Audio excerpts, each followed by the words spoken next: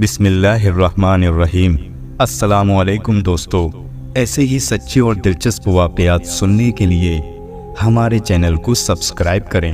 پیارے دوستو، حضرت علی علیہ السلام کی طاقت اور بہادری کے بارے میں ہر کوئی اچھی طرح سے جانتا ہے۔ اسلامی تاریخ میں مولا علی علیہ السلام کی بہادری اور طاقت کے بے شمار واقعات موجود ہیں۔ حضرت علی علیہ السلام نے اپنی بہادری اور طاقت سے اسلام کی بہت سی جنگوں میں کافروں کو قتل کیا اور بڑے سے بڑے دشمن کو ہرایا۔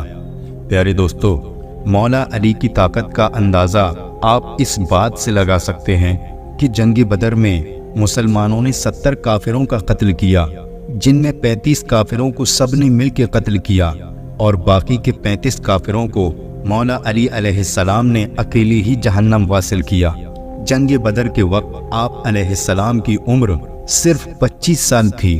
ایک موقع پہ مولا علی علیہ السلام نے فرمایا، لڑائی کے میدان میں مجھے پرواہ نہیں ہوتی کہ موت میرے طرف آ رہی ہے یا میں موت کی طرف جا رہا ہوں۔ پیارے دوستو، تاریخ گواہ ہے کہ مولا علی علیہ السلام نے کبھی بھی کسی بھی جنگ میں کسی بھی پہلوان سے شکست نہیں کھائی۔ مولا علی علیہ السلام کی بہادری کا کوئی ثانی نہیں تھا۔ مولا علی علیہ السلام پیغمبر اسلام حضرت محمد مصطفیٰ صلی اللہ علیہ وسلم کے ساتھ جس بھی جنگ میں شامل ہوئے، اس جنگ میں آپ کو کامیابی ہی حاصل ہوئی۔ مولا علی علیہ السلام کی زیادہ تر جنگوں کا ذکر کتابوں میں موجود ہے، لیکن بہت سی ایسی بھی جنگیں ہیں جن کا ذکر بہت کم ملتا ہے، اور انہی جنگوں میں سے ایک جنگ بیر العلم بھی ہے۔ یہ جنگ مولا علی علیہ السلام نے جناتوں کے خلاف لڑی تھی۔ مولا علی علیہ السلام کا مقابلہ ایک بار ایک جنوں کے سردار اور اس کی فوج سے ہوا۔ یہاں پر مقابلہ انسانوں سے نہیں بلکہ جناتوں سے ہونا تھا۔ اس جنگ میں مولا علی علیہ السلام نے 20,000 جنوں کو قتل کر دیا تھا اور بہت سے جنوں نے اسلام کو قبول کر لیا تھا۔ پیارے دوستو، ایک بار نبی کریم صلی اللہ علیہ وسلم جنگ سے واپس آ رہے تھے۔ آپ کا گزر ایک اجاڑ بستی سے ہوا۔ آپ صلی اللہ علیہ وسلم نے صحابہ سے دریافت کیا کہ یہ کون سی جگہ ہے؟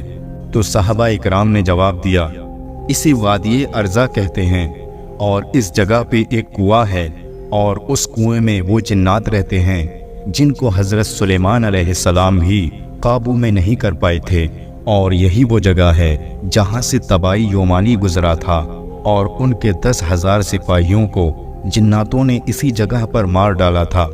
یہ سن کر آپ صلی اللہ علیہ وسلم نے فرمایا، تو یہ وہ جگہ ہے جہاں پر خطرناک جنات رہتے ہیں، اور اگر ایسا ہے تو یہیں پر رک جاؤ۔ لہٰذا آپ صلی اللہ علیہ وسلم کے حکم کے مطابق قافلہ وہیں ٹھہر گیا۔ اس کے بعد آپ صلی اللہ علیہ وسلم نے صحابہ اکرام سے فرمایا کہ آپ میں سے 10 لوگ جائیں اور اس کنویں سے پانی نکال کر لائیں۔ لہٰذا آپ صلی اللہ علیہ وسلم کے حکم کی تعمیر کرتے ہوئے 10 صحابہ اٹھے اور پانی نکالنے کے لیے اس کنویں کی طرف بڑھنے لگے۔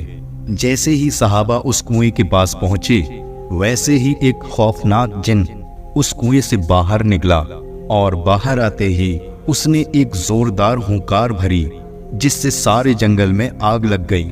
ایسا خوفناک منظر دیکھ کر تمام صحابی پیچھے ہٹنے لگے، لیکن ابو العاص صحابی تھے، وہ پیچھے ہٹنے کو تیار نہیں تھے اور وہ آگے بڑھنے لگے، اور تھوڑی دیر میں ہی وہ شہید ہو گئے۔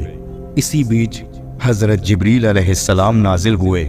انہوں نے آپ صلی اللہ علیہ وسلم سے فرمایا، اے اللہ کے نبی صلی اللہ علیہ وسلم، کسی اور کو بھیجنے کی بجائے آپ علی ابن طالب کو بھیجیں۔ یہ سن کر آپ صلی اللہ علیہ وسلم نے امام علی علیہ السلام کو جانے کا حکم دیا۔ لہٰذا مولا علی علیہ السلام آپ صلی اللہ علیہ وسلم کا حکم پاتے ہی اس کنویں کی جانب روانہ ہو گئے۔ اس کے بعد آپ صلی اللہ علیہ وسلم نے اپنے ہاتھ مبارک بلند کیے اور اللہ تعالیٰ سے دعا فرمانے لگے، اے میرے اللہ، ہر بار کی طرح اس بار بھی علی کو کامیابی عطا فرما۔ اس کے بعد جیسے ہی مولا علی علیہ السلام اس کنویں کے پاس پہنچے، پھر وہی خوفناک جن باہر آیا اور ہنکار بھرنے لگا، یہ دیکھ کر شیر خدا مولا علی علیہ السلام نے فرمایا کہ میں علی ابن طالب ہوں، میرا عمل جناتوں کو قابو میں کرنا ہے۔